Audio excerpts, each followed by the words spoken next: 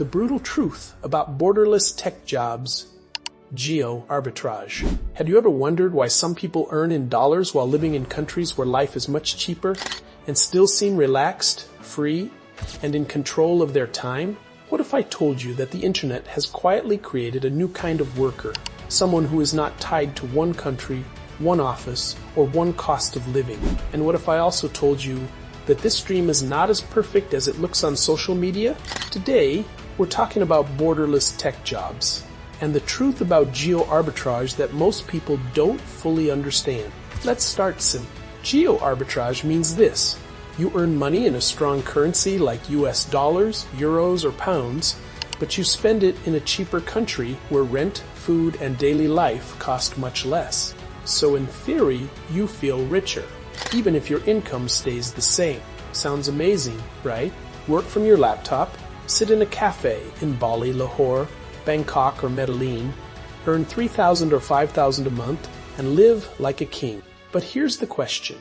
Nobody asks early enough. If it's that easy, why isn't everyone doing it? Let's go deeper. Borderless tech jobs are real. You can be a software developer, UI designer, data analyst, copywriter, or even a product manager, and work for companies that don't care where you live. They only care about your skills, your output, and your deadlines. No office politics, no daily commute, no fixed location, just work and results. And yes, this freedom is powerful, but freedom always has a price. Let's talk about the first truth. Most people think geo-arbitrage automatically makes you rich. It doesn't. It only stretches your money. It doesn't create money. If you earn $1,000 a month, moving to a cheaper country won't magically turn that into luxury. It will just reduce your stress for survival. If you earn $10,000 a month, then geo-arbitrage becomes powerful. You can save more, invest more, and live very comfortably. So the real question is not, where should I live? The real question is, what skill do I have that can earn me global income? Because without that, geo-arbitrage is just a fantasy. Now let's talk about the second truth. Borderless tech jobs are not as free as they look. Yes, you can work from anywhere, but you still work. Deadlines still exist. Clients still message you at weird hours. Sometimes your 9 a.m. becomes their 9 p.m. Sometimes your vacation life is just working from a different time zone. And here's the emotional part nobody tells you. When you are always online, you can feel like you are never truly off. Even in paradise, your mind stays at work. So ask yourself, do you want freedom of location or freedom of time? Because they are not the same thing. Now let's talk about the third truth. Borderless tech jobs look glamorous on the internet. You see people working on beaches, in mountain cabins, in fancy cafes. But what you don't see is the reality behind it. Bad Wi-Fi, lonely work days, time zone stress, visa issues, burnout from overwork, and sometimes isolation. Because when you move around a lot, you also lose something important, sleep connection. Real friendships take time. And when you keep changing cities, you keep restarting your social life again and again. So yes, you gain freedom, but sometimes you lose roots. Now let's ask a serious question. Would you still want this lifestyle if no one was watching? If there were no Instagram photos, no travel videos, no digital nomad aesthetic? Would you still choose it? Because the truth is, borderless tech work is not a vacation lifestyle. It is still work, just in a different place. Now, let's talk about something important. Skill is everything. In the world of geo-arbitrage, your location becomes less important, but your skill becomes everything. If you are average at your work, borderless jobs will not save you. But if you are highly skilled, even one good job can change your entire financial life. So instead of asking, which country should I move to?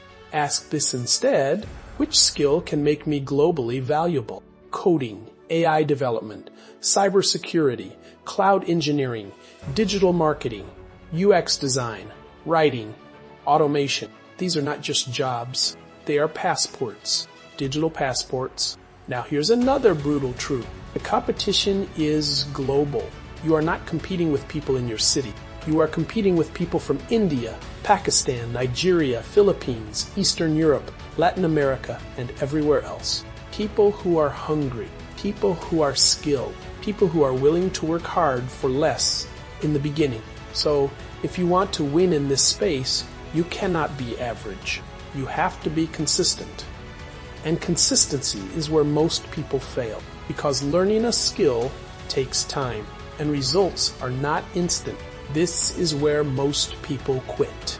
They expect fast success, but borderless tech careers reward patience. Now let's talk about money psychology. When you earn in dollars but spend in cheaper currency, something interesting happens. You may start feeling like you are doing better than you actually are. You might spend more, travel more, upgrade your lifestyle too quickly, and before you know it, savings disappear. This is a hidden trap. Geo-Arbitrage only works if you manage your money wisely. Otherwise, you just become someone who earns globally and still lives to paycheck. Now, let's go deeper, emotional. There is a moment in this journey where everything feels exciting. Your first remote job, your first international client, your first payment in dollars. Feels like freedom is finally here. But after a while, reality settles in. You realize that freedom without structure can also feel empty. You wake up in a new place, but still feel stuck. You earn money, but still feel uncertain. You travel, but still feel like something is missing. And this is the part nobody posts online. So what is the solution? Balance. Borderless tech jobs are not the problem. Unreal expectations are the problem. If you enter this world with clear thinking, it can change your life. But if you enter it chasing fantasy, it can disappoint you. Now let's talk about the real advantages. Yes, there are many. You can escape low-income limits in your local market. You can earn from global companies. You can build savings faster. You can learn faster because you are exposed to global standards. And you can design your own lifestyle, but only if you treat it like a career, not a short. Now imagine this. A person in a small city learns software development seriously for 2 to 3 years. They don't rush. They don't quit. They build real skills. Then they get a remote job paying $2,000, $5,000, or even more per month. Now their life changes. Not because they move countries, but because they built value. That is the real truth of geo-arbitrage. It is not about geography, it is about value in a global market. Now let's ask a final question. Do you want freedom or do you want illusion? Because freedom is built slowly through skill, patience, and discipline. Illusion is instant, but it fades quickly. If you are serious about borderless tech jobs, focus on becoming so good that location stops mattering. That is the real goal.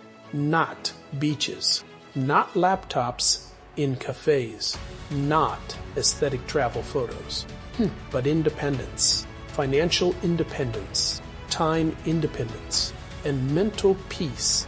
And if you are watching this right now, here's something important. If you found value in this voiceover, make sure you like this video and subscribe to our channel, because we will keep breaking down real truths about money, tech, remote work, and freedom in the simplest way possible.